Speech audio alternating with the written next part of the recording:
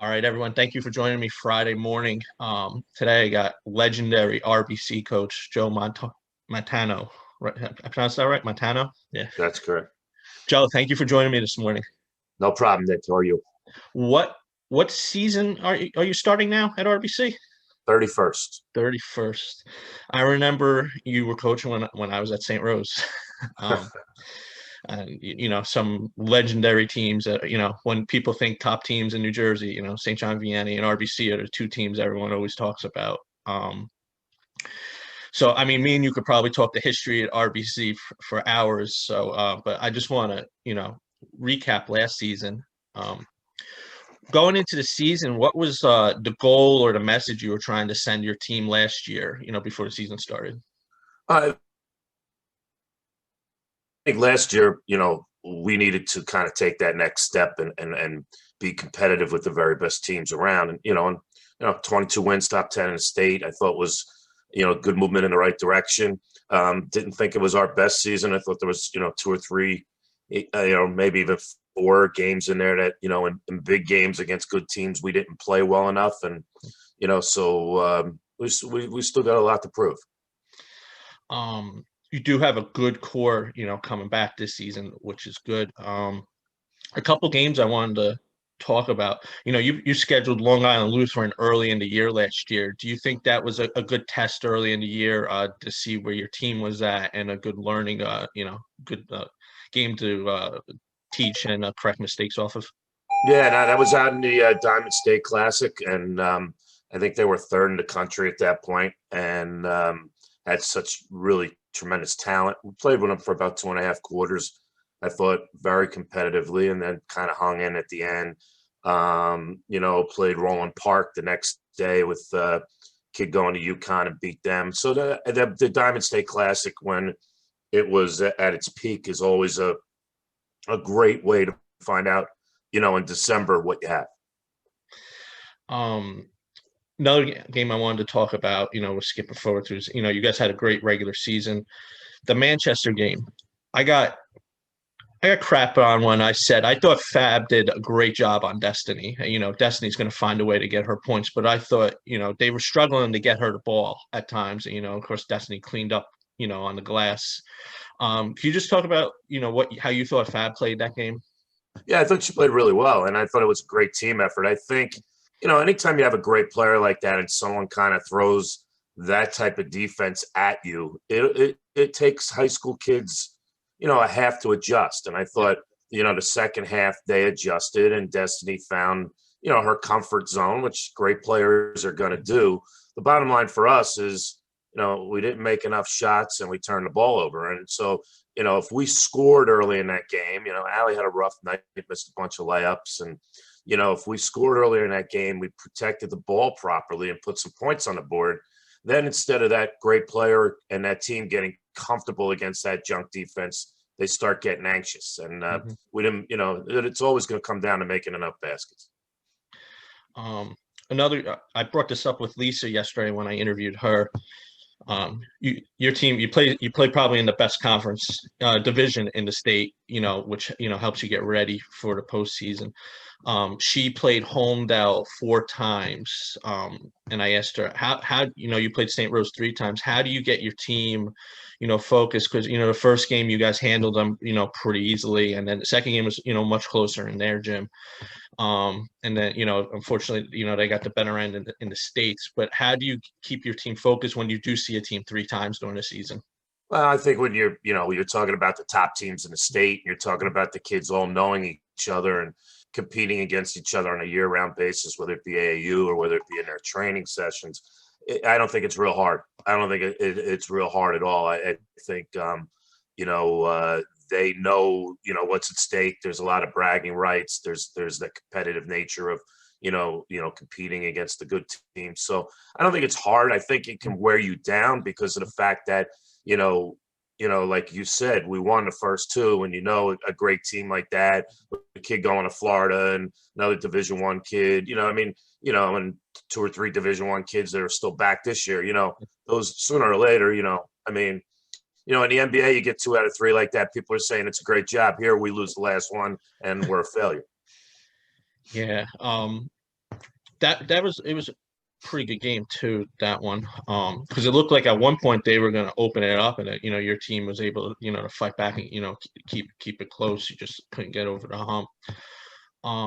Fast forward to this season. I like to ask the coaches this: what are some of the challenges you're seeing this season? Because with everything going on, it's a completely different season. Starting late, and a lot of protocols that we have to follow. So, what are some of the challenges you think you're going to see? That you already saw that you might see pop up during the season. Well, I think the hard part is, as a coach, you always want to be able to control your environment, control your situation, prepare your kids the way you want to prepare them. There are so many things outside of your control that are affecting you getting your team ready now, that either you stress out over those things or you kind of just take them one step at a time and do the best you can. There's just so many things we can't control this year. Well, the kids are virtual, so they're not in the building. I don't see them. Did they get banged up last night at practice? Do they, how are they fit? You're not seeing them. So now you got to see them. You got to find other ways to communicate with them. You're not keeping them after to watch film. So we're going to watch film, via huddle at home. So now you got to cut out some more time out of their homework and do that. And, you're not using the locker room. So that camaraderie of going up there and they enjoy their time together and have their own little space, that's gone. So, you got a lot of that. You're practicing in mask. You're having the daddy conversation on the weekend that you can't go out with your friends because you can't get sick. Because if you get sick, you're going to ruin our season. So it's hard. We get kids that their sisters are coming home from college, and I'm telling them to stay away from their family. I never thought in all these years that those would be the conversations I'd be having. I have to say, because I did a lot of soccer coverage, the girls have the mentality like they want to play. Like one parent told me her daughter's a sophomore, 15 years old. She did not leave the house except for if it was for soccer practice or a soccer game, because she wanted to make sure the season. And I have to say, for the most part, it seems like most, female athletes, the girl athletes, and at least in the short, they just want to get out there. They're going to do whatever they have to do to make the season happen. Yeah, they've been good. I mean, we talked, 2 or 3 weeks before the season started about staying in our own bubble. So the last couple of weeks before we started, I had them, tell them that if they wanted to work out or play with other kids, they can only play with kids on our team. We're trying to keep them away. We're not practicing with the J. There are a lot of times we practice with the JV to get extra kids in the gym to have, sometimes be more, we're splitting that up this year. So it's a different situation. Yeah, I had Frank Lawrence on before soccer, and he said he did the same thing. He kept the JV away from the varsity, just in case there is, that one kid that gets sick, and keep the team separate.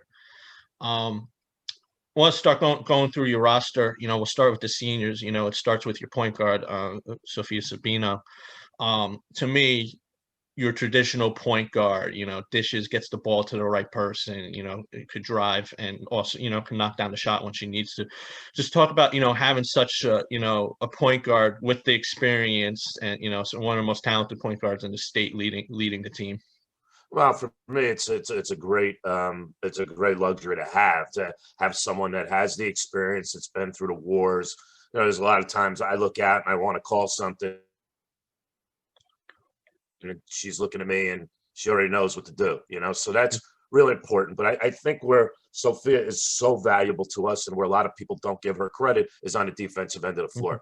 I mean, in her 3 years at Red Bank Catholic, she's either been first or second for us in rebounding. She's one of the top kids in the history of the program in deflections and steals. So those things are, they don't always show up with the gaudy numbers, but they're so important to our success. Another senior, Antonia, I'm not going to try to butcher her last name. Another one that, she can knock down the shot, but also very solid on the defensive end too. Yeah, she's grown during the off season, and I don't mean grow physically. I mean mature wise. She's worked so hard. Her game is better, and one of the things she does extremely well is enter the ball to the post. She's probably our best kid at making sure she gets Allie the ball at an angle where Allie doesn't have to do much other than catch the ball and lay it off the glass. And that's important because you need those easy baskets during the game. The other thing Tony will be is a vocal leader for us because her competitive nature kind of rubs off on everybody. Those two sound, it sounds like they complement each other.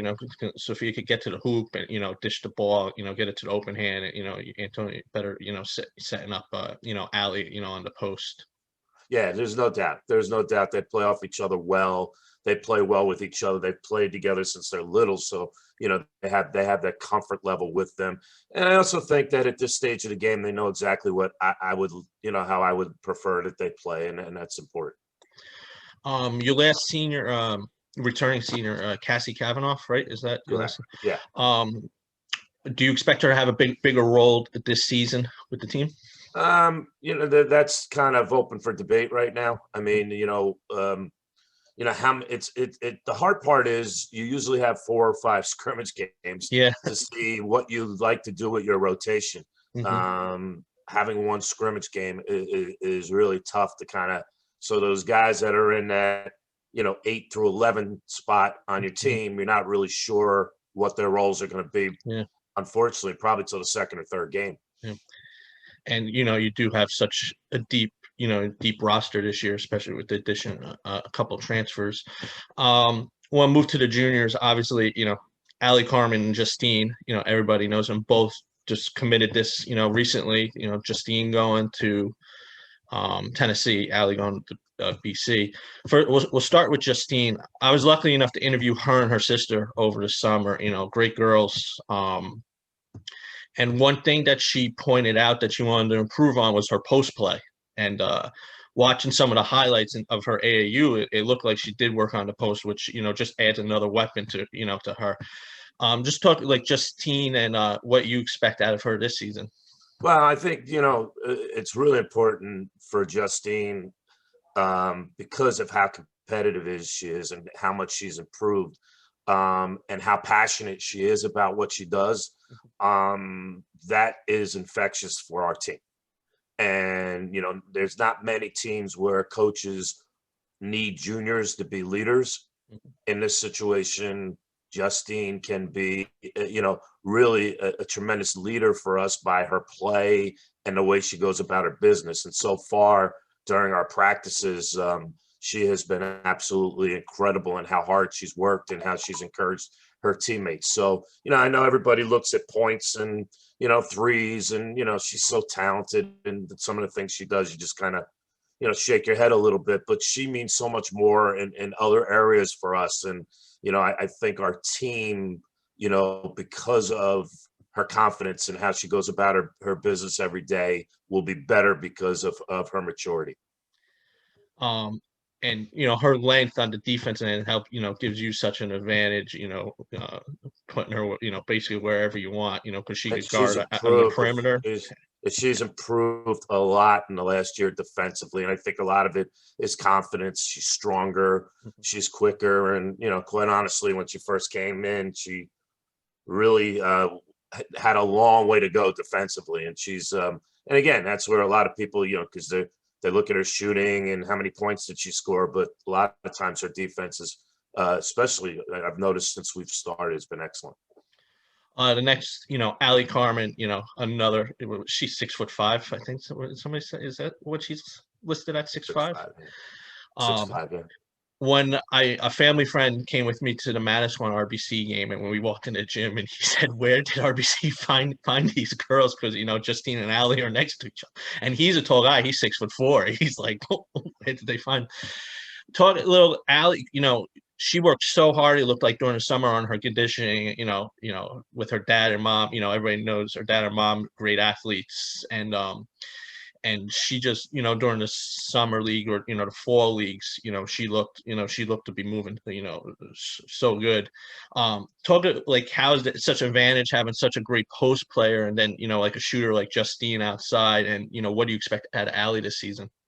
It's funny. You're right on the money with her conditioning. I mean, we tape every practice. So, I was watching the tape of practice and we're doing some transition stuff the other day, and I was like, wow, like you don't know. You used to notice that, okay, could Allie keep up after we went up and down 2 or 3 times? And she's not only keeping up, she's quick about how she's doing it.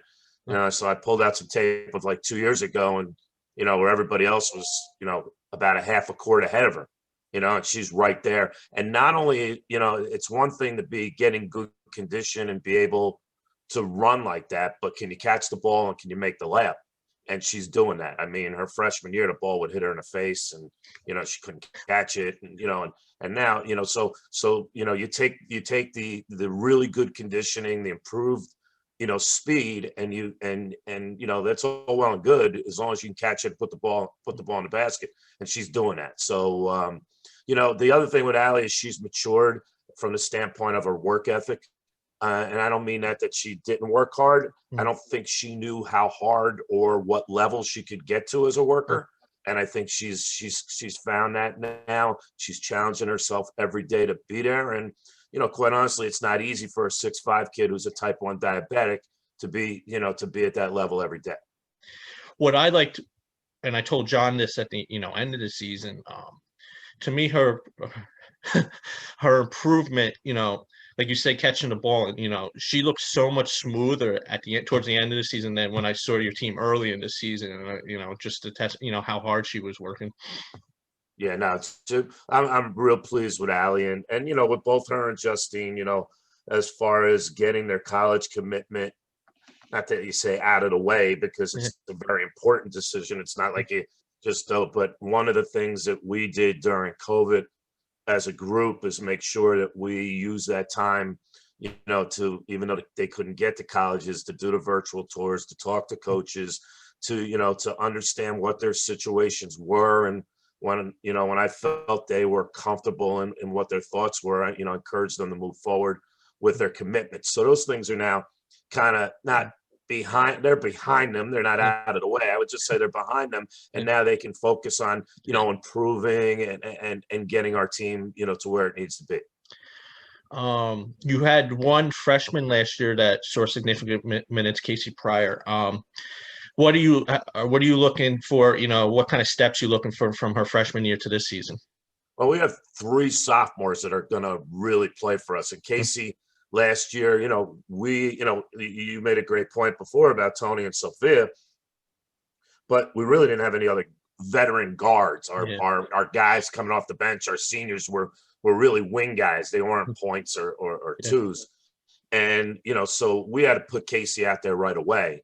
And the thing that I love about Casey is that she has so much confidence in her shooting, and the fact that she's like a veteran shooting the ball. She's going to take, there were times last year where, we moved the ball around and, maybe some other guys passed up some shots and she took some big shots. So, she's going to come in the game for us. She's going to be better. Her defense is improved. But it gives us a kid that can come in and fill it up and can do it, well, so that's going to be, I think those 3 sophomores are really going to help us, to make our rotation of 8 a very strong rotation. Who are the other 2 sophomores? I know you got Molly Kelly from a transfer. Yeah, we have Molly Kelly transferred from Rumson. It's been difficult because, again, with COVID, we would typically have, 11 or 12 practices during the summer. We didn't have that. We would typically go to Best of Maryland and play 5 games against really good high school teams. And, for a coach in my situation, it helps me find out about a kid. And, you can watch a kid play, but until you coach them, you really, and until you see the rest of your team and what you need from that kid and what their skills are, it's kind of hard. But the thing with Molly is that has impressed me is she's very bright. I mean, she understands the game, has a good feel for the game. Her defense is excellent. She has 0 confidence shooting the ball, and she's a really good shooter. So we're just going to keep yelling at her until she shoots it. But she's a kid that's going to come in and, for the first time, I can give Sophia a little bit more of a break. And the other thing that I'm going to do with Molly being here is let Sophia play some more off guard because Sophia's shooting the ball so well right now. And it's just another weapon, for you to come off the bench. Who's the other sophomore? The other one's Emma Carmen. Oh, Emma. who Oh, how did I forget about Emma? who may be our most improved player. Again, like Allie has worked on her conditioning and her commitment. And hey, look, Emma came in here with a very big reputation last year and didn't play. Hmm. And that humbles a kid. And sometimes kids will go into a shell. More times than not, they'll go home and complain to their mommy and dad and they'll transfer. Or in some cases, they'll go in and try to get the coach fired. But in Emma's case, she said, okay, coach, if you don't think I'm doing these things, then I have to get better. And Yeah. she did, and she got better. She listened, she worked at it. Not, I think the game was a very quick game for her last year. And it was, Mhm. going from grammar school, sitting in the middle of a 2-3 zone with your hands up or playing AAU to playing at this level of high school is different. It's Yeah. faster. And she has learned to make really good decisions. She's probably effort wise 1, 2, or 3 in every one of our practices, and that's pretty tough to do. Yeah. And the fact that she's being a leader out of us as a sophomore in practice, encouraging her teammates. So, I'm very, very proud of Emma. Her offense has gotten better. Her defense is, and she's really probably our most improved kid. That's great. And like another one, she worked her butt off during the summer, and Yeah. just the test, the mindset, it comes down, starts from the family, the parents, and they have that mind, like you said. A lot of parents will try to get the coach fired if their kid's not playing, but their mindset is, you got to work harder. Yeah. No, and again, that's life, right? I Yeah. mean, Yeah. nothing gets handed to you. You have to earn things. You have to adjust every day. Every day you have to go out and prove it. I mean, and that's no different than anything else. And that's why, unfortunately, some people won't give their kids a chance to grow up, because sometimes, learning from those things are some of the best lessons you can get. In Emma's case, the support there is, then, figure it out and get better. Last player want to bring up a transfer from Raritan, Lucy. What do you expect out of her? And she's a senior this year, right? Is this her senior year? Yeah. So you get another senior leader. What do you expect out of Lucy this season? She's important to us. I mean, the things that Lucy does well, I'm not so sure we do well as a team. Yeah. So she's a grit. I mean, I think if you watch Lucy play, I think the word grit comes out right away. Like, Yeah. she's determined. And she comes from a program where she had a lot of responsibility and had to do a lot of things. So, that's always a great teaching point because you've had to do these things. The pressure has been on you. You've learned how to deal with it. Now, she has other kids that can play with her now, so people can say it'll be easier. But if Lucy's just Lucy, I think that's great. I mean, I love the kid. I mean, I've only coached her, for 4 days, but I feel like I've had her for 4 years because she's fit right in. Before we wrap up, I just want to go over the schedule. You guys are in a pretty good pod division. I don't know, whatever they called it this season. Just talk about your matchup. Obviously it's going to be you guys, Rumson and RBR. Probably be the tough games. Just talk a little bit. Matching up against Rumson and RBR. Yeah, no, I mean they're outstanding teams. I mean, with Rumson last year we split with them, and it's anytime you got 3 schools that are about 1.75 miles apart. I mean, the kids certainly know each other. There's rivalries, and that's where I think a lot of coaches and a lot of people, they say, oh, you got to have this kind of division, got to have that kind of division. I think the foundation of the old rivalries are still so important. Yeah. So I mean, when you look at that, I mean, but I mean, Rumson's got some kids back that can really play, and they're going to score the ball, and Red Bank Regional, the Teeter kid and all those kids can all play. They one thing they all do is they shoot the ball. They run their offense very well. They're disciplined. So I mean, you can't go in and kind of those are great games for us. And I'm glad we got this pod because number one is I get home earlier after the games because we're close.